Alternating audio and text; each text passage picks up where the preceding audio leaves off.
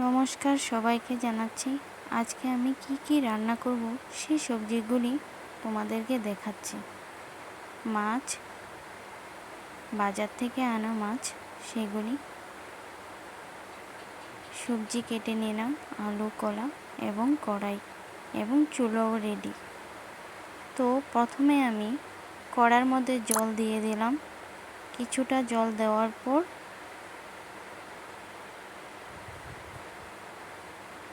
গ্যাসটা আমি ধরিয়ে দিলাম। তারপর কলা আলু একসাথে সিদ্ধ বসিয়ে দিলাম, যাতে আমার তাড়াতাড়ি হয়, এবং ঢেকে দিলাম সিদ্ধ যাতে তাড়াতাড়ি হয়ে যায়।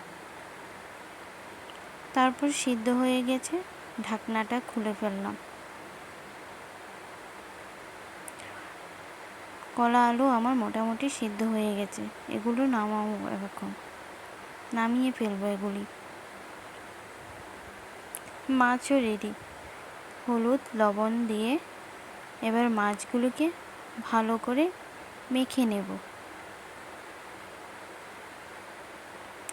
প্রথম আমার ভিডিওগুলো তোমরা ভাইরাল করো প্লিজ। তোমাদের কাছে আমার একটাই অনুরোধ, ভাই বোন দিদি দাদা সবার কাছে আমার একটাই রিকোয়েস্ট, আমার ভিডিওগুলি আপনারা ভালো করে দেখুন এবং লাইক শেয়ার কমেন্ট করে বলবেন কেমন হচ্ছে আমার ভিডিওগুলি। তারপর কলা আলু সিদ্ধ অবস্থা এগুলি একটা বাটিতে নামিয়ে রাখলাম।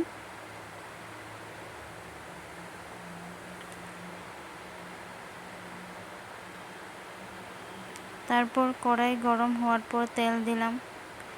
মাছগুলি একটা একটা করে ভাজা শুরু করলাম।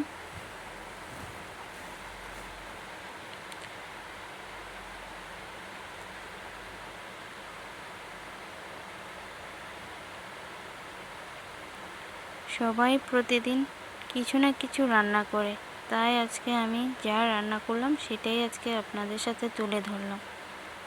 আমার মাছ ভাজা হয়ে গেছে, এবার মাছগুলি একে একে তুলে ফেলব। যদিও আমার কোথাও কোনো জায়গায় যদি ভুল হয়ে থাকে, কোনো কথায় ভুল ত্রুটি হয়ে থাকে, আমায় মাফ করে দেবেন। কলা আলু সবগুলো এবার ভালো করে তেল দিয়ে ভেজে নেব।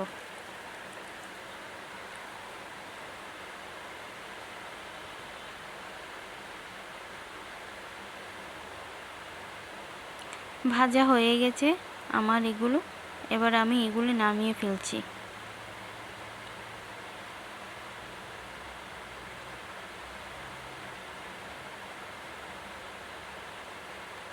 এবার আমি কড়ার মধ্যে কিছু পরিমাণ তেল দিলাম, 5 ফোড়ন দিয়ে, শুকনো লঙ্কা দিয়ে, সোমবারি দিয়ে দিলাম।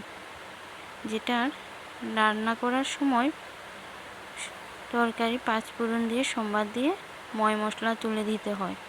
আমি একসাথে আদা, কাঁচা লঙ্কা এবং জিরে ধুনো সব একসাথে মিক্সড করে বেটে তৈরি করে নিলাম। তারপর মশলা কষিয়ে আলু কলা আবার লাড়িয়ে ভাজা শুরু করলাম। জলও সিদ্ধ করতে বসে দিয়েছি। জলটা একটু গরম হলে কড়াই ঢেলে দেব। জলটা গরম হয়ে গেছে, এবার আমি জলটা ঢেলে দেব।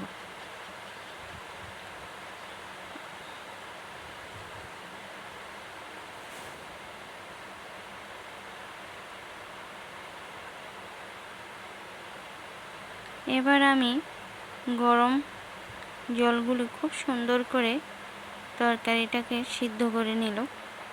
এবার আমি মাছগুলি আস্তে আস্তে ঢেলে দেব।